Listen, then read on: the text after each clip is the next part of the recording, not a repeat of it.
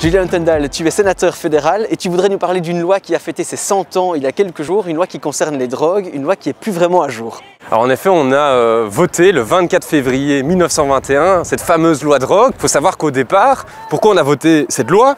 On l'a votée pour lutter contre l'opium. Et je pense que ça démontre déjà un peu pourquoi aujourd'hui elle n'est plus à jour. Alors c'était quoi les objectifs de cette loi? Eh bien, c'était de diminuer l'accessibilité de ces drogues, c'était réduire la consommation, c'était assécher ces réseaux criminels de vente. Et en fait, quand on regarde le résultat aujourd'hui, il est tout à fait opposé à ce qu'on recherchait. On n'a jamais autant consommé qu'aujourd'hui. Les gens sont de plus en plus jeunes d'ailleurs à consommer. Le cannabis, par exemple, n'a jamais été aussi accessible qu'aujourd'hui.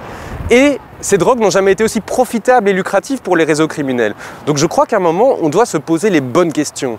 Et la première de ces questions, c'est évidemment d'évaluer cette loi. Est-ce que cette loi est adaptée aux objectifs que nous poursuivons? Est-ce que pour aider les personnes qui ont une consommation problématique, parce qu'il y en a évidemment, est-ce qu'on va les aider en leur infligeant des amendes, en leur collant des PV, en les emprisonnant? Aujourd'hui, il faut savoir que la moitié des personnes qui sont incarcérées en Belgique, plus de la moitié même, le sont pour des faits liés à cette loi.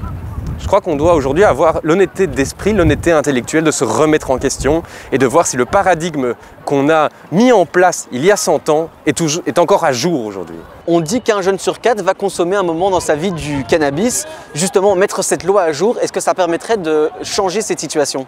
Mais en fait, l'objectif aujourd'hui, avec une véritable réglementation du marché du cannabis, c'est de diminuer l'accessibilité du cannabis. Pourquoi? Parce qu'aujourd'hui, en fait, on est face à un marché où il n'y a aucune règle.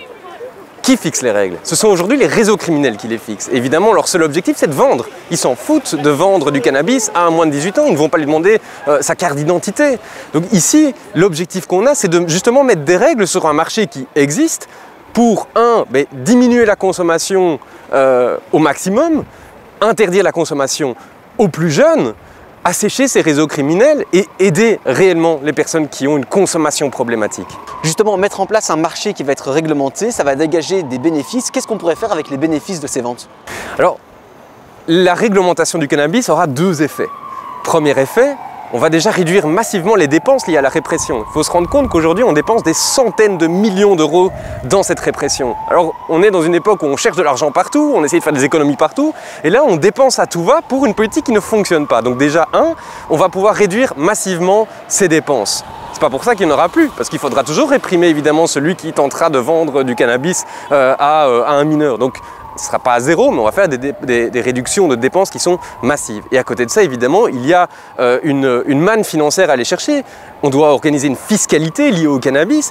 Cet argent, on va pouvoir l'utiliser à quoi? On va pouvoir tout d'abord l'utiliser à la prévention, à l'accompagnement des personnes qui ont une consommation problématique. Aujourd'hui, le secteur de l'aide et de l'accompagnement, c'est le parent pauvre dans le monde des drogues. C'est eux qui gagnent, qui reçoivent le moins d'argent par rapport aux piliers répressifs, par exemple, qui reçoivent évidemment la plus grosse part du lion. Donc, on va pouvoir mettre vraiment de l'argent dans toutes ces associations qui font un travail admirable aujourd'hui avec tellement peu de moyens. Deuxièmement, on va pouvoir redistribuer cet argent aussi pour le secteur des soins de santé. On les a applaudis pendant des mois et des mois. Donnons-leur les moyens qu'ils méritent et dont ils ont besoin aujourd'hui. Donc cet argent, on va pouvoir le redistribuer pour toute la société, pour notre sécurité sociale, pour nos écoles, pour tous les pans de la société où aujourd'hui on manque d'argent. Arrêtons de dépenser stupidement cet argent et réaffectons-le de manière intelligente. Merci Julien pour cet éclaircissement, on s'y connaît un peu mieux en cannabis maintenant. Avec plaisir.